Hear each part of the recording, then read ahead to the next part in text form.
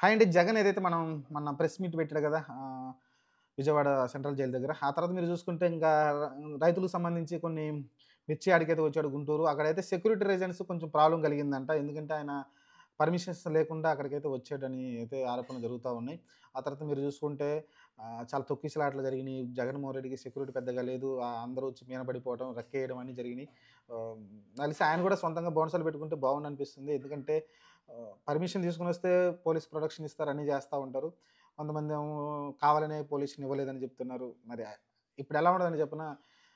Government permission ఇవ్వలేదంటే అక్కడికెళ్ళడానికి లేదు rule. Already మనం GO 1 మనం అప్పుడు చూసాం గదా! ఈయన లోకేష్ గారు పాదయాత్ర చేస్తుంటే ఎన్ని రకాలుగా ఇబ్బంది పెట్టారో వాళ్ళని. అలానే మరి ఇప్పుడు జగన్మోహన్ రెడ్డి పర్మిషన్ తీసుకొని అక్కడికెళ్ళాల్సి ఉంటుంది. వెళ్ళకపోతే మరి సెక్యూరిటీ ఎలా కల్పిస్తారు? అలా కాదు గదా! కాబట్టి అక్కడ చాలామంది రైతులుంటారు. చాలామంది ఇబ్బందులు కలుగుతాయి. ఆ చుట్టుపక్కల ఏంటి అన్నీ చూసుకొని పర్మిషన్ అయితే ఇస్తా ఉంటారు. ఆయన సభలు, గిభలు గాని ప్రెస్ మీట్లు పెడితే ఇబ్బంది గదా! అంతమంది జనాలు పోగైనప్పుడు.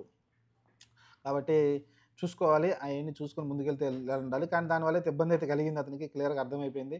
ఖచ్చితంగా పర్మిషన్ తీసుకొనొస్తే బావుంటుంది. ఎందుకంటే దాన్ని ఇప్పుడు గవర్నమెంట్‌ని కావాలని గవర్నమెంట్ ఇలా కక్ష సాధింపు చేస్తుందని అనటం తప్పు.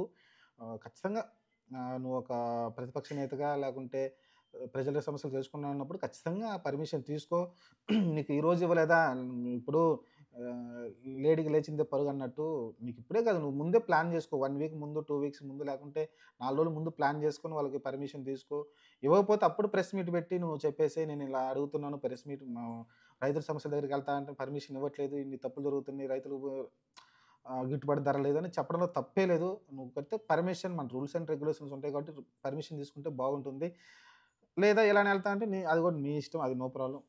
ఎళ్ళొచ్చు. రైతుల గురించి పోరాడొచ్చు. నేను కూడా అదే చెప్పాను. రైతుల కోసం పోరాడండి. హ్మ్. తప్పులేదు. జనాల కోసం నిలబడటంలో తప్పే లేదు. ప్రతిపక్ష పాత్ర పోషించాలి. నిన్నటిదాకా అదే వీళ్ళు సైలెంట్‌గా ఉన్నారన్నాను. అలాంటిదేం లేదు. జగన్మోహన్ రెడ్డి మంచి పనే చేశాడు. కాకపోతే ఇలాంటి కొంచెం కొన్ని జాగ్రత్తలు తీసుకొని ఎళ్ళాలి. కాకపోతే సొంత బౌన్సర్లు పెట్టుకొని డబ్బులు కొదవేం లేదు కదా! వైసీపీ దగ్గర. కొంచెం సొంత బౌన్సర్లు పెట్టుకొని కొంచెం జాగ్రత్తగా ఉంటే బావుంటుంది. ఏదైనా జరగడం జరిగితే మళ్ళీ సంఘటనలు చాలా బ్యాడ్. కాబట్టి జాగ్రత్తగా ఉంటారని కోరుకుందాం. ప్రస్తుతానికైతే గవర్నమెంట్ కూడా ఆలోచించాలి. ప్రతిపక్షాలు ఎక్కడికనెళ్లి వాళ్ళ సమస్య అంటే ప్రజల గురించి ప్రజల సమస్యలే కదా వాళ్ళు ఎత్తి చూపించేది.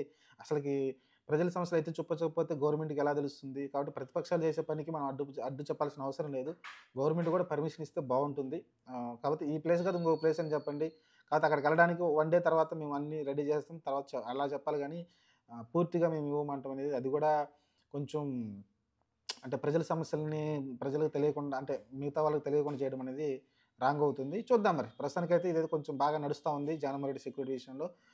జగన్మోహన్ రెడ్డి కూడా తెగించి ఎళ్ళినందుకు ఓకే. మంచి రైతుల గురించి అక్కడున్న మిర్చి రైతులకి గిట్టుబాటు ధరల గురించి వాటి గురించి అయితే బాగా మాట్లాడారు. చూద్దాం మరి. ఫ్యూచర్‌లో ఇంకా పోరాటాలైతే చేస్తామన్నారు. చూద్దాం మరి ఏం చేస్తారో జగన్మోహన్ రెడ్డి.